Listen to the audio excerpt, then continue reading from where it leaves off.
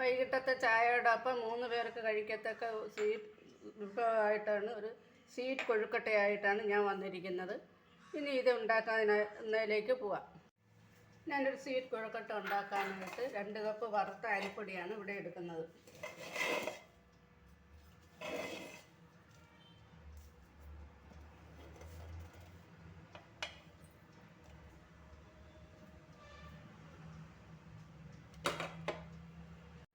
അതിനുശേഷം 1 കപ്പ് തേങ്ങ, 3/4 കപ്പ് തേങ്ങയാണ് ഞാൻ എടുത്തിരിക്കുന്നത്. 1 കപ്പ് തേങ്ങ ആണെങ്കിൽ എടുക്കുക. പിന്നെ 1/2 കപ്പ് പഞ്ചസാരയാണ് എടുത്തിരിക്കുന്നത്.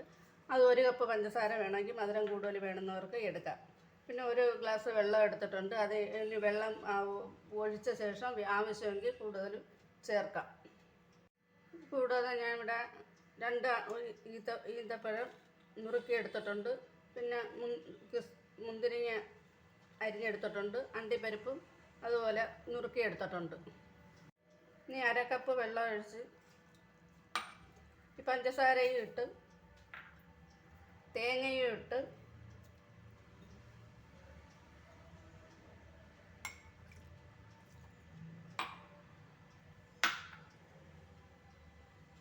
നല്ലതുപോലെ ഒന്ന് മിക്സ് ചെയ്തെടുക്കാം. എല്ലാവരും ആ ചാനലൊന്ന് സബ്സ്ക്രൈബ് ചെയ്ത് ലൈക്ക് ചെയ്യണേ. എല്ലാവരും ഒന്ന് കണ്ടാലും മതി. ഇനി ബാക്കിയിരിക്കുന്ന വെള്ളവും കൂടെ ഇതിലേക്ക് ഒഴിച്ച് നല്ലതുപോലെ മിക്സ് ചെയ്യാം.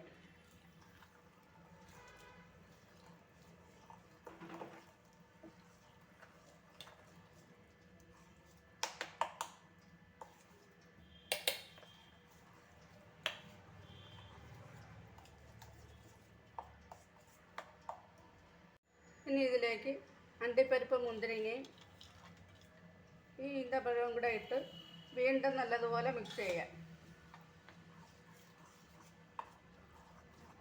ഇനി ഇത് അടുപ്പിൽ വെച്ച് ചെറു തീയിലൊന്ന് ഉറുക്കിയെടുക്കാം.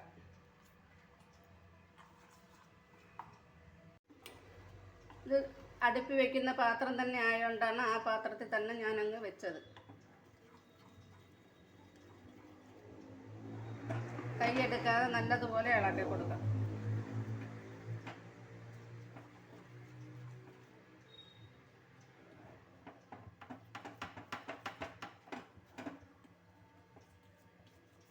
ഇനി ഫ്ലെയിം കുറച്ച് വെച്ച് നല്ലതുപോലെ ഇളക്കി നല്ലപോലെ വഴറ്റിയെടുക്കണം.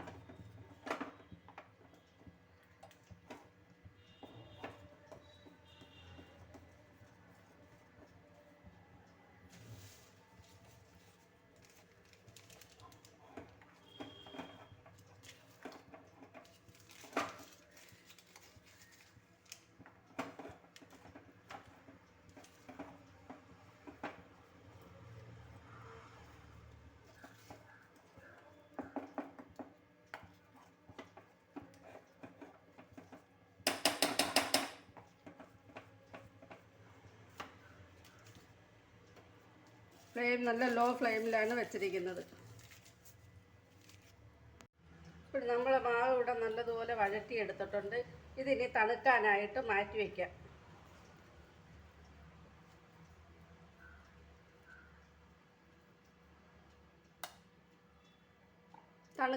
തണുത്ത് വരട്ടെ. അങ്ങനെ നമ്മൾ മാവ് ഇവിടെ തണുത്ത് വന്നിട്ടുണ്ട്. അതിലേക്ക് ഇച്ചിരി ഏലക്കാപ്പൊടിയാണ് ഇട്ട് കൊടുക്കുന്നത്. കൂടാതെ പിന്നെ ഒഴിച്ചു കൊടുക്കുന്നതെന്ന് പറഞ്ഞാൽ കുറച്ച് 1 സ്പൂൺ നെയ്യാണ്.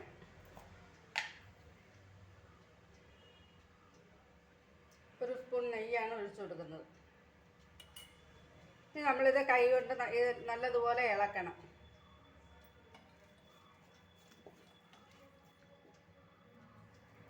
കൈ കൊണ്ട് നല്ലതുപോലെ ഇളക്കി എല്ലായിടവും നല്ലതുപോലെ മിക്സാക്കി എടുക്കണം. ഇപ്പോൾ നമ്മളിതുപോലെ കൈ കൊണ്ട് നല്ലതുപോലെ ഇളക്കി 1 സ്പൂൺ നെയ്യ് ഒഴിച്ച് മിക്സാക്കി ഇളക്കി എടുത്തിട്ടുണ്ട്. ഇനി ഇത് ഓരോ ചെറിയ ഉരുളകളാക്കണം. കൈവെള്ളയിൽ വെച്ച് തന്നെ ഉരുട്ടിയെടുക്കാവുന്നതാണ്. ഉരുട്ടിയെടുത്ത് നമ്മൾ ചെയ്യുന്നതെന്ന് പറഞ്ഞാൽ ഒരു ഇഡ്ഡലി തട്ടിൽ ഒട്ട് വയ്ക്കുക. ഇതുപോലെ ഉരുട്ടിയെടുത്ത് ഒരു ഇഡ്ഡലി തട്ടിലോട്ട് വയ്ക്കുക, ചെറിയ ചെറിയ ഉരുളകളാക്കിയിട്ട്. അങ്ങനെ ഇതുപോലെ എല്ലാം കൂട്ടും നമുക്ക് ഇങ്ങനെ ഉരുട്ടിയെടുക്കാം. ആവശ്യമെങ്കിൽ വേണമെങ്കിൽ കയ്യിൽ ഇച്ചിരി എണ്ണ തടവേ അല്ലെങ്കിൽ ഇച്ചിരി വെള്ളം ഒന്ന് തൊടെ ചെയ്യാം.